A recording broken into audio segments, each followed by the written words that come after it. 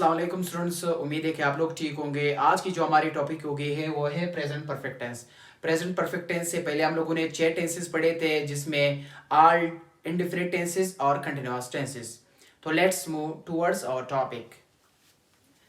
Present perfect tense को उर्दू में फिलहाल मुकम्मल कहा जाता है। इसकी डिफिनेशन यानी तारीफ हम लोग कैसे कर सकते हैं? This tense is used to describe an action that has taken place in the past but has a connection with present.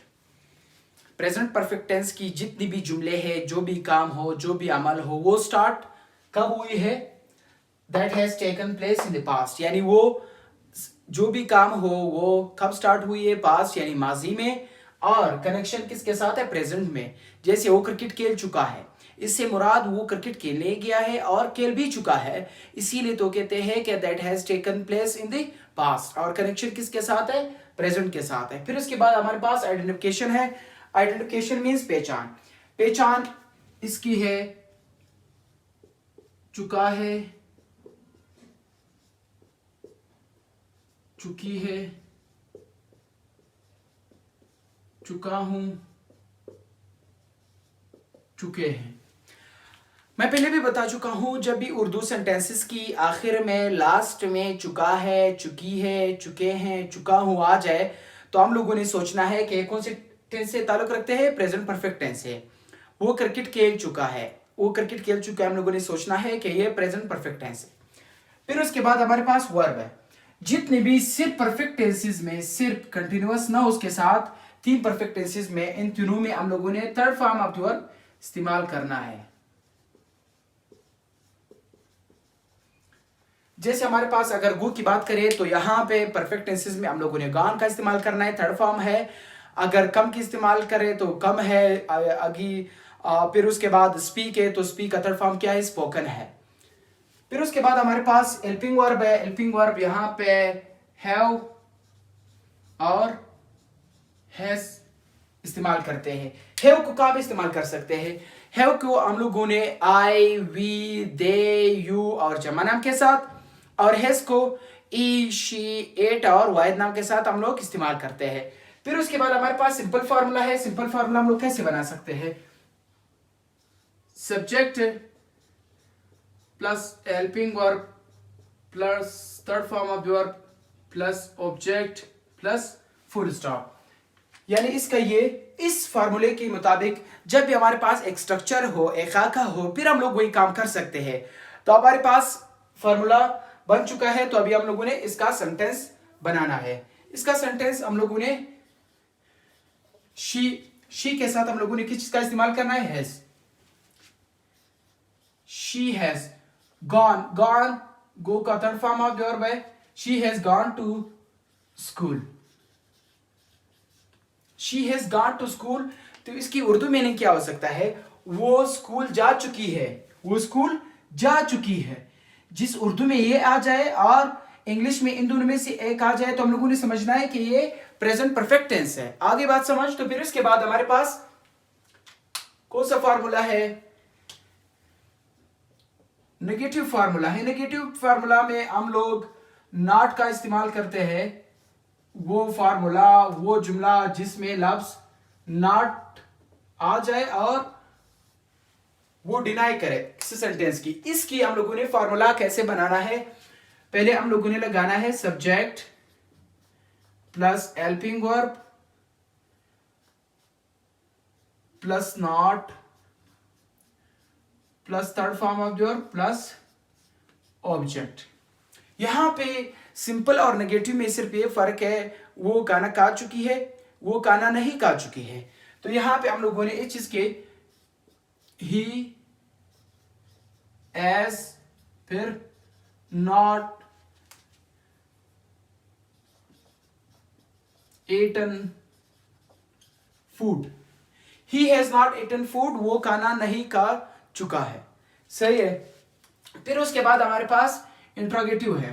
Third हमारे पास इंट्रोगेटिव है। इंट्रोगेटिव में मैं बता चुका हूं कि जिसमें हम लोगों ने सवाल पूछना है किसी से कि क्या आप काम कर चुके हो, क्या आप खाना खा चुके हो, तो इसके हम लोग वहां पे इस्तेमाल कर सकते हैं।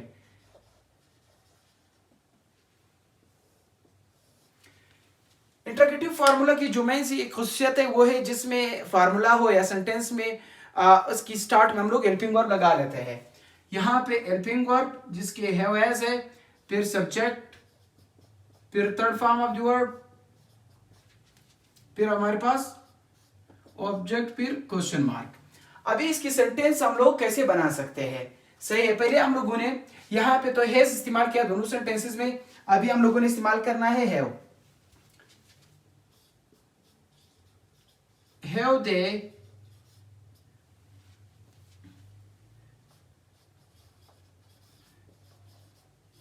played cricket?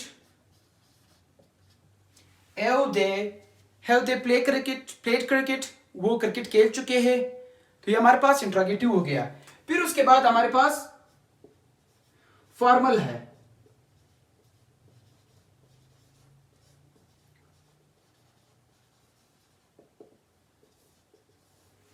फॉर्मल फार्मूला में हम लोग लफ्ज नॉट का ऐड करते हैं सब्जेक्ट के बाद। Helping verb plus subject plus third form of the verb plus not, sorry ये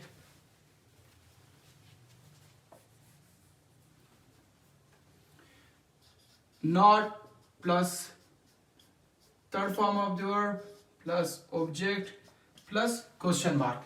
अब इसका सेंटेंस हम लोग कैसे बना सकते हैं? सिर्फ एक चेंजेस लाना है। जैसे हम लोगों ने कहा हैव दे प्लेड क्रिकेट, यहां पे फॉर्मल में have they not played cricket.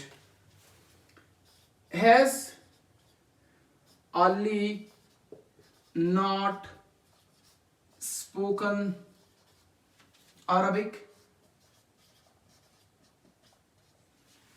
Has only not spoken Arabic, क्या अली अरबी नहीं बोल चुका है?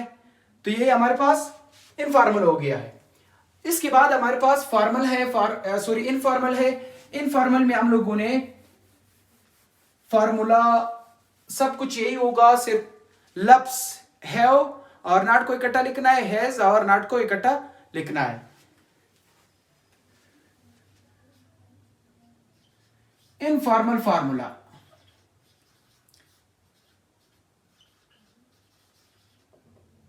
इनफॉर्मल फार्मूला में पहले हम लोगों ने हेल्पिंग वर्ब लिखना है, फिर नॉट लगाना है, फिर सब्जेक्ट है, फिर third form of the verb है, फिर हमारे पास ऑब्जेक्ट है, फिर क्वेश्चन मार्क है। अब हमारे पास हेल्पिंग वर्ब क्या है? हैव, यहां पे हैव लगाना है, हैव और नॉट को इकट्ठा लिखना है, तो इसका बन गया हमारे पास हैवंट। और फिर एक है हैज और नॉट, इन दोनों को इकट्ठा लिख के फिर एजेंट। इन दोनों को हम लोगों ने क्या करना है? इनफॉर्मल में इस्तेमाल करना है, हैवंट और हैजंट। अभी इसकी सेंटेंस हम लोग कैसे बना सकते हैं?